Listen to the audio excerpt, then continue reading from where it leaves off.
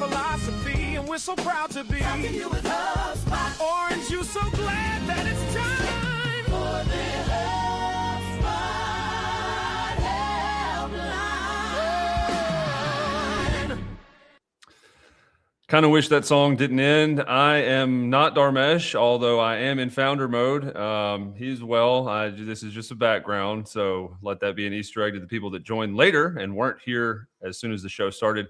I'm Rob, the mayor of Inbound. I'm joined, as always, by the very orange-wearing George B. Thomas. Don't ask him what the B stands for. You can't afford it.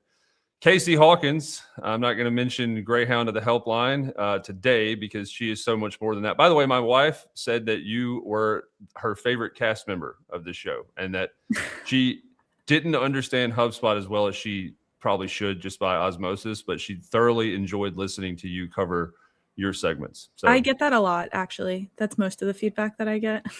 It's all positive. So shout out to my wife who is on the road today, but she did say Casey Greyhound of the Helpline Hawkins is her favorite. No offense to anybody else. And we also have Kyle Jepson, who is stewarding a new generation of HubSpot evangelists in. Would like to hear an update on that later in the show, but he is the OG. And in the background somewhere, taking all of our complaints and feedback is Mr. Chris Carolyn. He is unwell today, but he's still showing up like a trooper. How are we on this Wednesday, ladies and gentlemen? Concerned about Dharmesh, but otherwise fine. He's fine. John Lennon will not tell you anything, by the way. He is sworn to secrecy. And I'm just here. I was very inspired by a couple of posts, Dharmesh saying, like, gloves are off, founder mode time. I'm ready to go. So, no, again, he has not been kidnapped. But I'm just hanging out. I felt very inspired by his awesome, I would call it iconic background because he does a lot of podcasts, and whenever he is on video, I feel like he's in this area. So, Dharmesh, if you're seeing this is just flattery. This imitation is the sincerest form of flattery. My understanding is that even though that is the actual room he broadcasts from, he himself uses a false background, so that it's always just maybe so it's always clean. Yeah, that's what I was thinking. You mean there's not a fort behind him? Like you don't see the seasons change, you know. Yeah. He is timeless. That's a good move. So the rookie move, I think he probably learned this, but using the same background every time means people can steal it and use it for their own purposes, like I'm doing. Who would do that? Oh, nobody. No, just crazy, deranged people in orange attire would do it. Speaking of Casey Hawkins being the favorite on this show by my wife, we have to get to our initial segment, which is a recurring favorite. It's time now, pause for production, for update of the week. And I believe that you said this week's favorite update is, George, you got a drum roll for us? Oh, I don't, but I need to get one, don't I? You do. Yep. Hang on. There we go. Close enough. And she's muted. So we're off to a really hot start on today. As always, nailing this. So we covered 27 updates over 3 shows this week. Before I get to the number one, I want to frame what stood out to me this week. A lot of the updates were not flashy new features. They were HubSpot quietly lowering barriers to tools that already existed or filling gaps that have been annoying for people for a long time.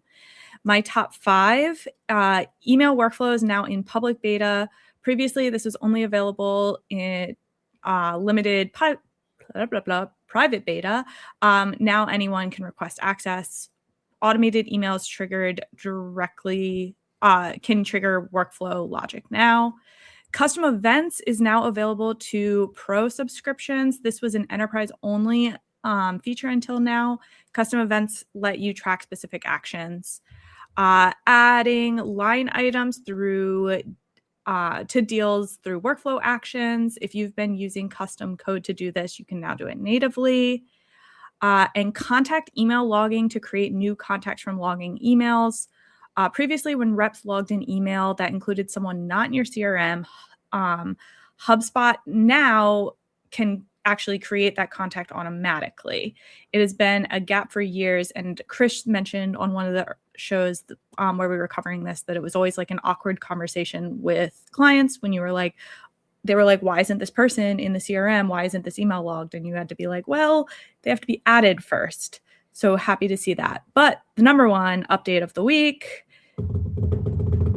unpublished forms. So I actually really struggled this week on which one should be my update of the week, but I picked this one over everything else because this one is pretty much immediately available and usable. There's not a whole lot of setup. There's not a whole lot of complexity to it. You can now take a published HubSpot form and unpublish it. And that makes it inactive. No one can fill out that form anymore. And it's really going to be impactful for anyone that's using forms for events, for contests and things like that. George, you mentioned when we covered this on the show that you just had a bunch of dead forms in your portal that were just sitting there lingering. So as many do. Yeah. So really happy to see this one. So asking for a layman's explanation here, unpublished is not the same as delete. I would assume these were more for like temporal ideas, so like campaigns or things that had a set expiration date in your head. But previously, you would either have to just leave them dead or not active, or delete them entirely, and then have to manually recreate them at a later date. And that's a nightmare. That's a nightmare because delete and data go hand in hand. So. Yeah, if you deleted it, then the form submissions are gone and everything like that, which is not what you want. And oftentimes you want to still have records of the contacts that filled out that form. You just don't want new people to fill it out. Yep. Very nice. It is a beta still, so you still need to request it at this time. But now here's what I think would be really interesting. And again, this is beta, but I'm that guy, so I'm going to push the limits. If somebody unpublishes a form, they should get an instant notification of what page or pages it was located on so that they can then edit or modify said page. Or if it is a set of landing pages, because let's say they were running ads, 5 different landing pages, same form, because it goes to the same funnel. Maybe they get a warning to then go unpublish those landing pages because there's now not a conversion point because the form just got unpublished. Like these things should connect together somehow in the future. Do they not now? Because I know with a lot of times when you're trying to like even archive properties or stuff, it shows like used in and assets and stuff. Share my screen. Casey's saying share screen. So it shows workflows. I actually made a comment a couple weeks ago, a LinkedIn comment, because lists are not on here specifically, which was a pain point that I had when trying to migrate from the legacy tool to the new workflow, the new form builder. I wanted to know which lists segments. Which luckily one of my colleagues was smarter than I was and just submitted the form and then looked at the test record and looked which segments they were added to. I don't know why I didn't think of that. He said it and I was like, duh. But it should, that is definitely a workaround though. Yeah, it shouldn't be that way. Like, and that's the thing, like Kyle, this is a beta, right? And so when, again, if you go look at the beta thing, I don't think there was anything in that of like, and if you unpublish form XYZ will happen. I just wanted to state that so that the product team can think about, well, yeah, after this comes out of beta, we should make sure, and they might already be thinking about it, by the way. I'm not that smart. But if once it comes out of beta, if somebody unpublishes, then XYZ should happen. And I agree with Casey, what you're saying. There should be a list of all the things that this form would be connected to that we might need to pay attention to. Yeah, because I don't see just highlighted. Pages. I don't see pages on here either. Workflows is the only thing here. I usually, if I'm trying to find what pages you got to go back one. I go to submissions too. Go back one, and then over there, there's a link where it appears on XYZ page, and then you can go to the. Right. Yep. There we go. So imagine, because that's there, you unpublish, it sees 1 place, 2 place, 5 places. I wish I could be Rob Jones and turn that into a Dr. Seuss rhyme somehow, but I can't. And then all of a sudden you would get a notification of like, you're impacting these 5 landing pages. Hold on. Casey highlighted some text that said you can't unpublish if it's used in places, right? So like if you just choose, I mean, this is a leap of faith, but if you choose one of those forms that's used on like 5 pages and try to unpublish it, Casey, what happens? Just blocking, I wonder. I'm checking, but also I'm waiting to be added to the beta. So oh, this is a private beta you're not in yet. Okay. Well then, yes, absolutely. I was trying to be cool about it and act like I was more prepared for this than I actually was. No, if this is private beta and like that is called out in a bullet point, this is clearly something they're aware of, right? Like that's great. I thought for some reason this was a public beta, but they'll do some more work before it gets there. 1 form, 2 form, beta only. We mourn. There you go, George. Hi, Christine. Wow. Hi, Christine is great. Love Christine. I'm a big fan of Christine. Yes, hugely fan. Same. I am definitely doing a LinkedIn poll later today to ask for who's everyone's favorite member of the helpline. Oh, don't make it complicated. Wow. Just make sure you block me someone before off that. The island? Yeah. We need to have our votes, throw them to the camera. Kyle, sorry, bud, but I'm out. You know. No, I would vote myself out at that. I do not want to be in a HubSpot beauty contest with Kyle Jepson. It will not end well. I will be sad for months, and I just don't want to do it. I don't know if anyone saw that. That was not an effect to my knowledge, and my knee just snapped in half watching you do that. That was wildly impressive. I know you're standing right now, but I thought you'd like Mr. Beast style vanished. So very well done. We're getting better at the production value of the show. We have some time before we get to quick win. According to we have a couple minutes. Something like that. So I know that the team right now, product team and Dharmesh, who I'm shouting out today with this background, have referenced the small quality of life, 1,000 smile like style of improvements they're making right now. I would almost contend that somebody that was not a HubSpot admin or didn't have that type of experience would almost logically say, well, if something exists, the step before like yes, no, black, white, binary deletion is a pause status. And HubSpot has been around for long enough to make me think like, why has this not existed until now? What other types? I mean, that seems to be kind of the thesis of a lot of the improvements and product updates as of late. What other things like that would make people just say like, I cannot believe that this didn't exist till now? And we're not summoning Chris with CPQ and all of those things that are like great to haves. I know they're focused on, but other things in that vein of like, this doesn't even make sense that unpublishing wasn't an option until now. Is this? Oh, so it's things that do exist, or is this an incognito wish list of like, yo, HubSpot?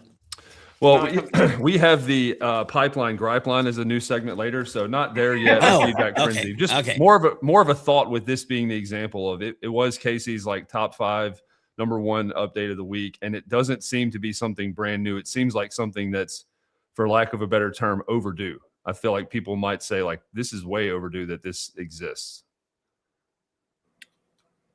I talked to you, George, last week, I think it was, about having like a staging section for workflows. Yeah.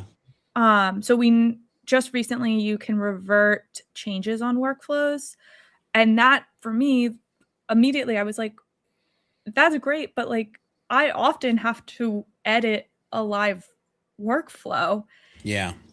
And there's no staging area the way you can do that for emails that you might be editing. That's like a live automated email. And workflows feel like a really big place where I'm doing that. And I shouldn't have the power to do that live. I mean, listen, and again, this isn't a gripe, but a content staging, air quotes, like we have for the CMS, but for workflows would be about the dopest dang thing. Like right now, I have a client where we're about to work on a workflow that is on and has I don't know, 120 some thousand humans in the workflow at this point. And all of a sudden we want to switch from like 4-day, 5-day, 3-day, 10-day delays to now making it like 10 days before this property date. And I've been using HubSpot for a long time. I don't get nervous about much, but I sit and stare at that workflow and the changes that are about to be made and go, huh? What? Well, I mean, I've been interviewing people to have a better sense of the voice of customer and how HubSpot is actually used and for what purposes. And a really illuminating conversation I had was with somebody that does like behavioral health services for sobriety homes. And so in the context of how they're using it and what their workflows are doing, they are not customers that are being marketed to or whatnot. They're guests. Like that's how they view them. Yep. So Casey's post recently about a sequence delay, like the minimum time is like 1 day. That needs to be like 10, 15 minutes or less or hours as an option. So those types of things where the standard or like the minimum threshold has been a day, just as this example up until now, is like as HubSpot has gone deep with some of the features and now the breadth seems to be expanding to include different use cases, how often might something like that be turned up as like a stone that was, overlooked for quite some time? Something as simple as like a day is the least amount of delay I can put in here. That just seems odd to me. And it seems like, again, with the growth of HubSpot into new markets, like the one I just mentioned, that those quality of life improvements will surface themselves more often. I feel like where Kyle has become a professional listener of product needs, I've become a professional complainer about product needs. Yeah. But well, this is a great time. I know this is where you were going, to not gripe, but to celebrate some quick wins that would be possible, because we do want to give HubSpot a lot of credit. So we're transitioning now into our next Casey Hawkins led segment, which is quick win of the week. Casey, once again, take it away. So my quick win of the week is one that I got to show a client recently, and I love when I'm able to show clients like quick things that exist in HubSpot. Chris, you can go ahead and put my screen up. So for this one, it is this is relevant if you are creating a property in HubSpot, specifically if it's a radio select, drop down, anything that has options, anything with options. And when you click the add option, that will give you just one individual slot, and you can kind of add things in that way. But what's really cool is the load options. And I use this paste a lot, and the presets are really great too. They have things like state is one that I use really frequently, the United States, entering those in. But the one I really want to show is from property. So if you have a record, let's say you're looking at the HubSpot subscription. If you're a consulting agency like I am, I might already have that property on the company record. But if I wanted to push that over to the contact record as well, I can actually take from the original property. From, what did you name? Okay, account. I couldn't find it in there. But you can copy from HubSpot tier, load options, and then those are going to just pop in here rather than me having to retype or remember which ones. This also makes it easier if I'm mapping, especially from a contact to a company, which I often map those properties over for many reasons through a workflow, but knowing that I automatically have the same properties listed. I missed the setup. Is bakery order frequency a way that you can just say that you're cooking up quick wins this week, or is this something you're okay? That's it. Well played. Well played there. That's for those keeping count. That's George's third sigh at a failed joke attempt that I've made. Kyle, you got to get on the board here. It's currently Rob 3, Kyle 0. So, in an effort to get Kyle on the board in a non-HubSpot kind of way, but here's some applause. I believe Kyle has an update to our something that we all want to know about involving Joan of Arc. More details, Kyle. Go ahead. Oh, Yeah. So some of you probably know I've spent the last 3 years championing the idea of an animated musical about the life of Joan of Arc. I've written a script. I've partnered with a songwriter. She's written music. We have a animation studio on board, an executive producer. This year is the year we hope to start like seriously fundraising. And to that end, we just had a significant victory a week or two ago. We got a signed letter of intent officially attaching a director to this project. Ooh. And I don't expect name brand recognition unless you're deep in the animation fandom.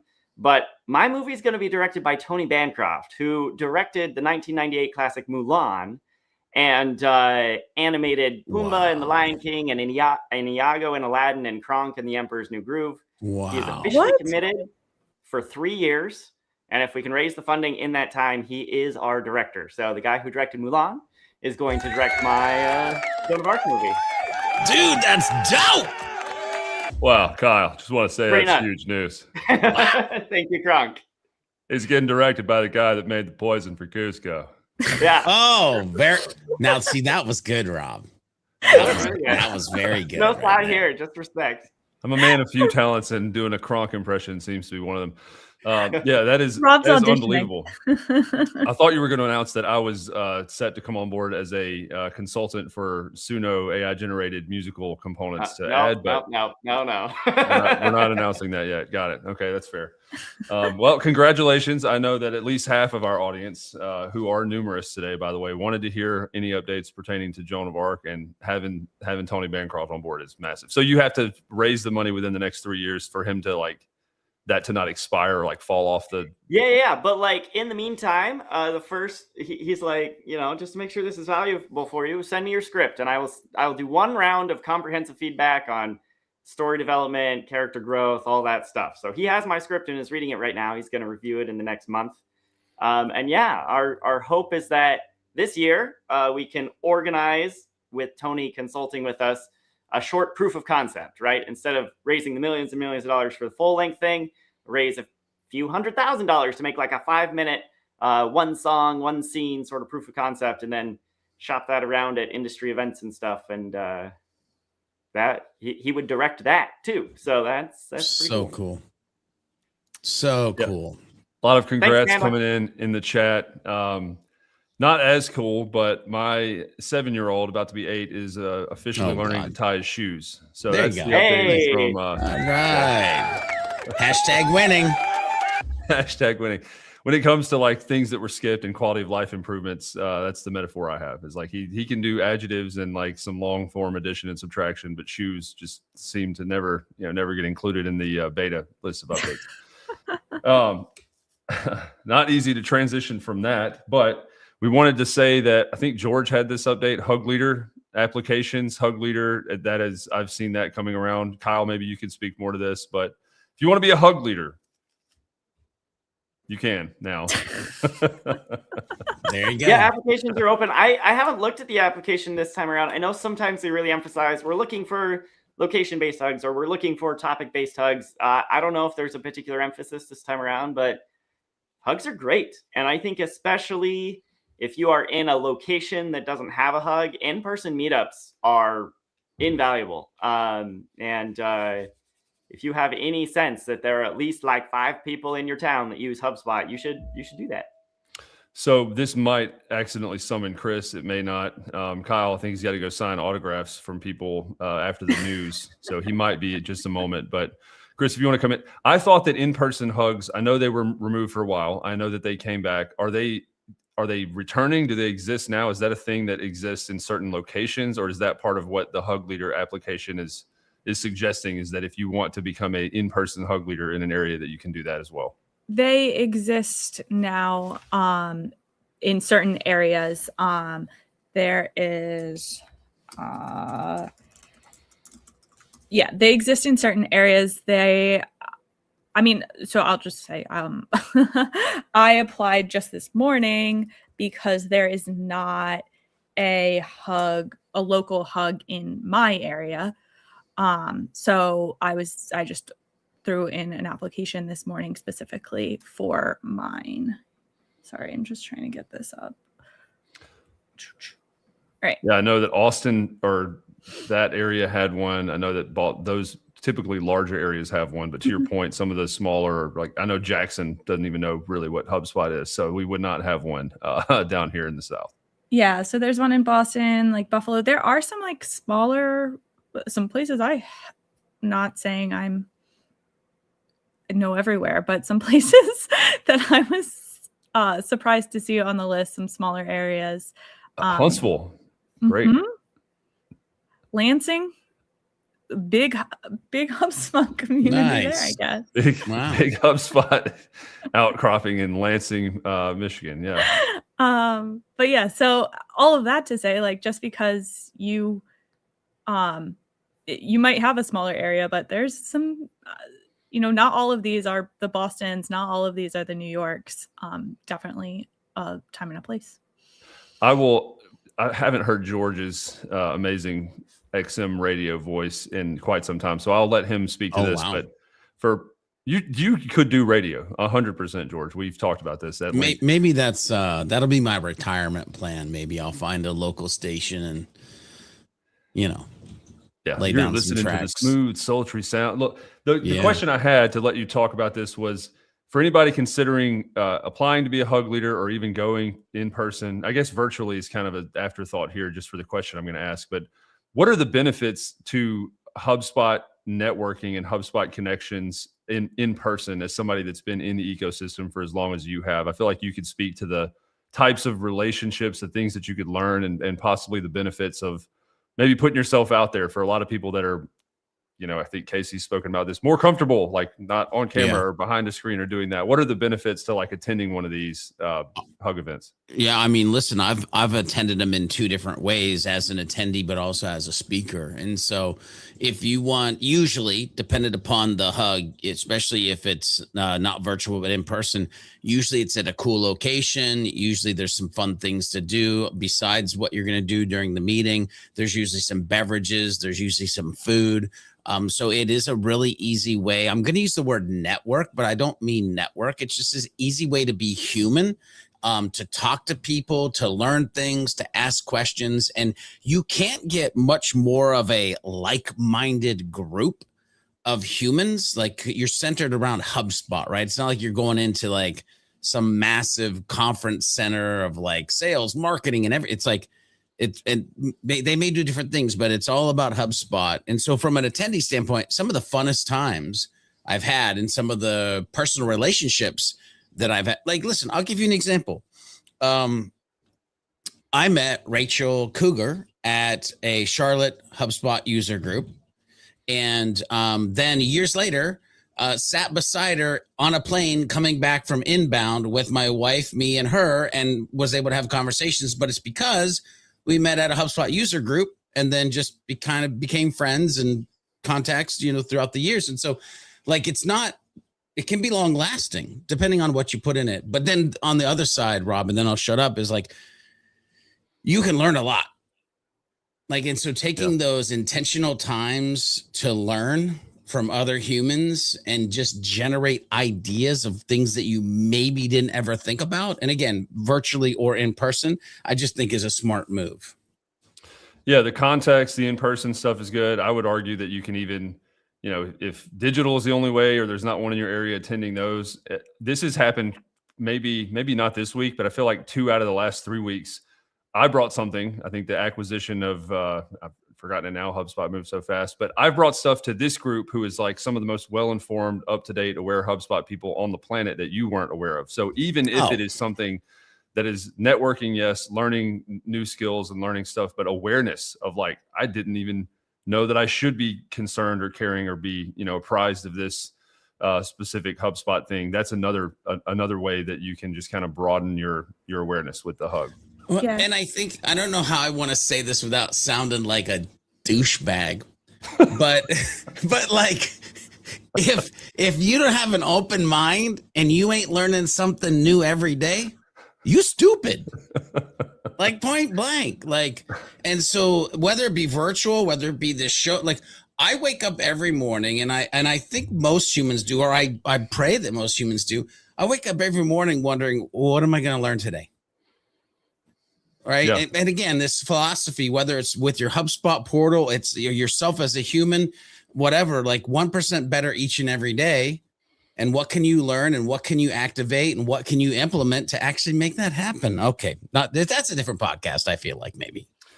We are going to skip feedback frenzy because number one, Kyle's not here. And two, he had the flood of people at his home. I'm still going to go on the record. We will not give out his residence. Apparently people found it out with enrichment data available on Hubs. There, he's back. I'm back. I don't know if you can hear the construction work. I'll be in and out, but let's hear it, George. He's saying construction work. Those are people knocking on his door for John Hancock. This is my feedback. Hopefully, sometime before 2028, we'll actually have deal properties on forums. Okay, I'm done here. So, at being the host and showrunner with Chris off, we have 2 or 3 minutes. We're going to get into another part of a voicemail about GDPR, which I was today years old when I learned that means a great deal of privacy regulations. That's George didn't sigh that time. I already tested that. I was prepared for that one. I knew that you were going to use that when you said it in the green room. I'm like, yeah, that's coming later. So I prepared myself for that one. For the audience that heard that the first time, George didn't laugh the first time either. Don't know why I tested that again. But so I wanted to say something to Casey real quick to put a bow on the admin hug. Whenever I first started doing shows or lives or whatnot with you, you seemed a lot more nervous, shy about being on camera. I think you mentioned that. And going back to the beginning of the show, you're now my wife's favorite, very confident, very well-spoken, very knowledgeable. You display that. You now do this kind of stuff multiple times per week. And so even if it's putting yourself out there, like there's like this psychology phenomenon called like flooding of like repeated exposure to something that you might not be as familiar with, creating less fear or anxiety about it. As somebody that has interviewed Yamini and that has like speaking weirdness a lot of times, doing this has helped me kind of overcome that fear. So I just wanted to shout out to Casey, Miss Greyhound of the helpline, for being more applause. Yeah, for being a good example of that and a good steward of the HubSpot orangeness. Anyway, love it. We are getting into our voicemail of the week. I believe it is a part 2 from last week with the last 10 minutes of the show. Mr. Carolyn, whenever you're ready, George will dive into this. And then the second question is, we're having trouble with the double opt-in system and trying to implement something for a marketing manager. He's trying to get more subscriptions to his email. However, they're in the EMEA region, and there's GDPR issues that we have to deal with. We have GDPR turned on in our system. We have double opt-in turned on for some forms and pages, not all. I've attempted, so basically what he wants to do is have the contact sales form or, any of the one-to-one forms also have a checkbox to allow them to sign up for the EMEA newsletter. And with them checking that box, it's supposed to send a manual subscription type confirmation message. I've crafted the email. It's got the button in it that's linked to the subscription confirmation. I've tested it on just the form itself and it seemed to work. However, once I actually put it on a page in our system and tried it, nothing seems to work. You click the button on the email and it just brings you to the subscription page. Doesn't actually have you confirm anything. So I was just wondering if that was a issue with the DOI system and not allowing single opt-in and double opt-in basically to happen on the same form, or if I'm just doing it incorrectly, or if I need to turn GDPR off and create a manual system. That would be great to know. All right, so let me talk through this a couple different things. One, when I heard the voicemail, my immediate question went to why do we need to have double opt-in? Because there are a lot of humans who don't use double opt-in. Also, if you don't know, there is a basic double opt-in and an advanced double opt-in. And the advanced double opt-in is why in the voicemail he was able to say on some pages in some forms. So that's like a first question of like, why do we have to have double opt-in, or is that just something that is historically left over from like the way that we used to market versus the way that we might market today?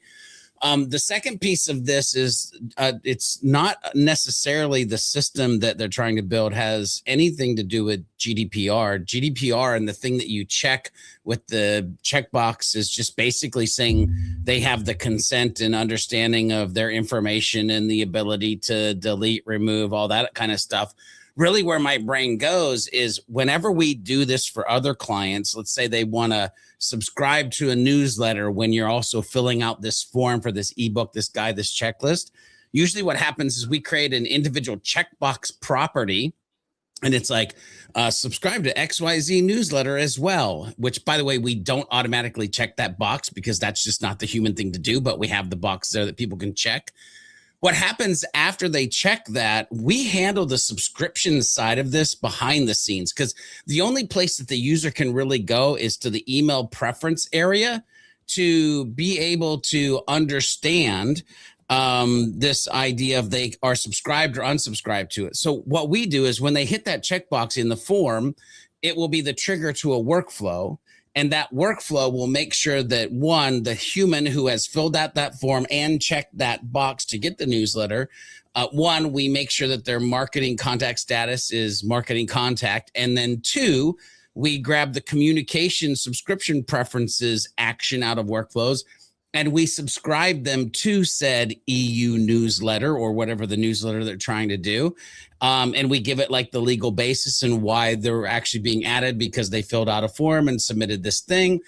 And so then they're automatically just subscribed to it at that point, which means two things. One, we have a subscription type that people can use for the newsletter. And then we make sure that we build a segment. Earlier in the show, Casey called those lists because that's what they used to be called. But we built a segment. So now they have the EU or the whatever newsletter name segment that they can use to send to people by using also then the EA, EU, BA, whatever newsletter subscription type when they're sending the email. And now we've created a full system because we've got the subscription type, we've got the checkbox, we've got the workflow, we've got the segment, and he already said that he built the email. Now that's the system that you build.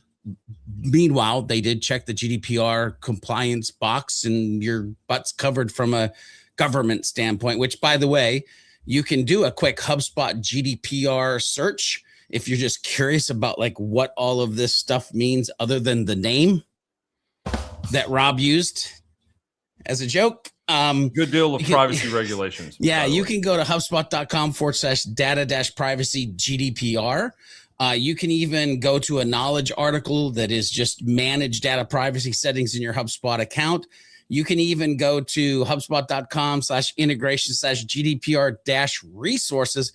Or I would even suggest that you could go to HubSpot Academy, and there's literally GDPR or General Data Protection Regulation, everything you need to know course that you could do as well. So one, I think it's like learn more about GDPR and what that really means. Two, do we need double opt-in? And three, now you have the framework to build the system. But Casey, curious if there's anything else maybe I forgot in there as I was ripping through it. So I listening to the voicemail, it doesn't necessarily sound like they're using the out of the box double opt-in, right? It sounded to me like they were doing like a workaround to make a double opt-in instead of just using what was available. Did I misinterpret that though? I've misinterpreted that. I don't know. I don't know. I feel like it was just the advanced double opt-in, but I could be wrong on that too. Mm-hmm. A note from Chris in the background who is trying to help Kyle with autographs. I don't think they're at the same location, but he says, please note, just because the GDPR box is checked does not mean you're automatically compliant. It just helps you be compliant. Compliance ultimately is still on you. Yes, sir. Yes. note so that we don't get in legal trouble. We wouldn't want that. All complaints, GDPR questions, go to Chris at HubSpotHelpline.io. EB says, and yes, I am not a lawyer, nor do I play one on this podcast. So, yeah. Right. We have 2 minutes left. I would like to throw this to Kyle, who has been busy signing autographs and getting Joan of Arc updates, for a final word on the show.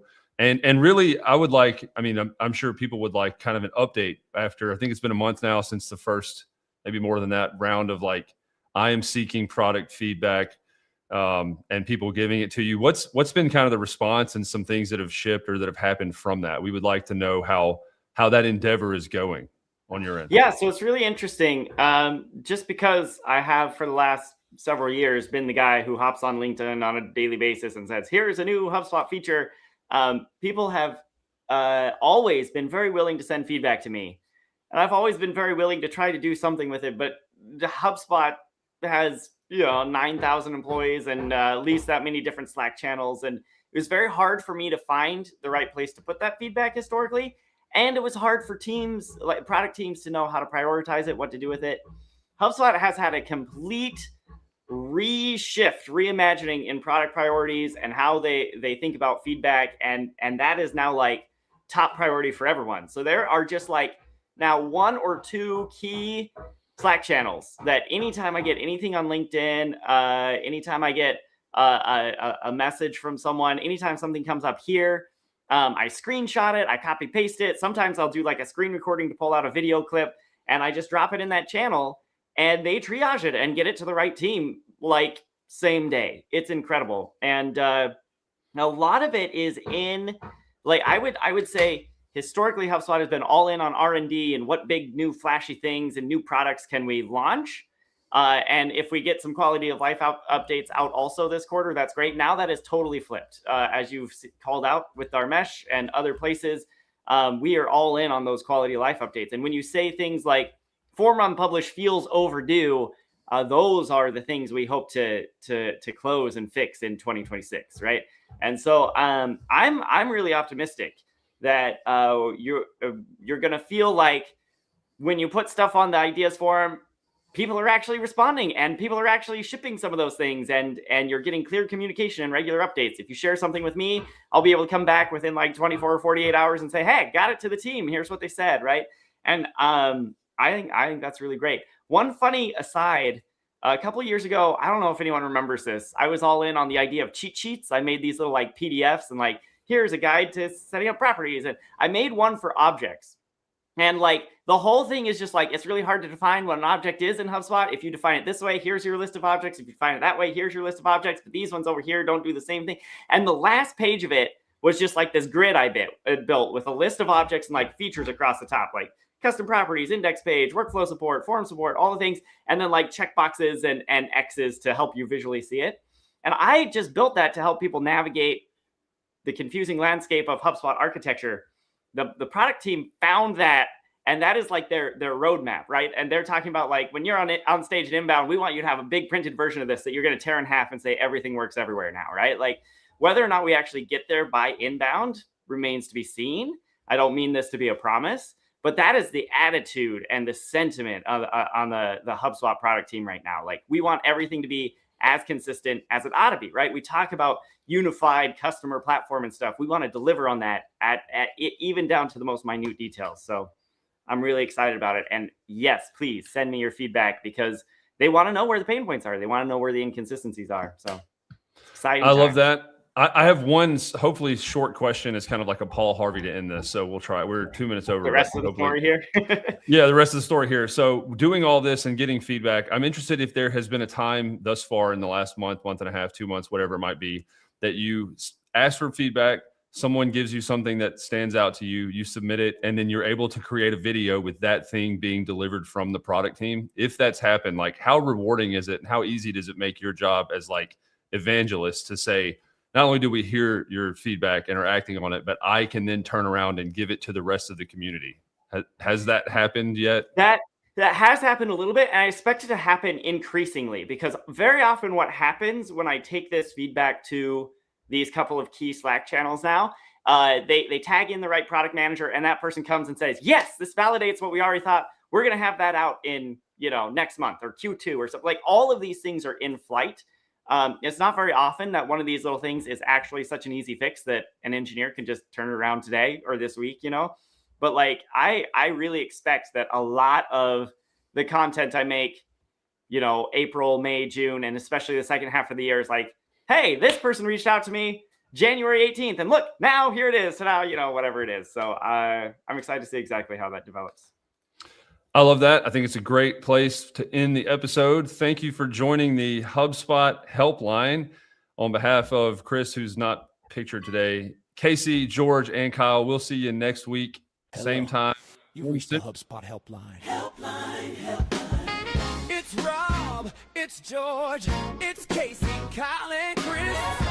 Admin, call in, then tune in. You can't miss this.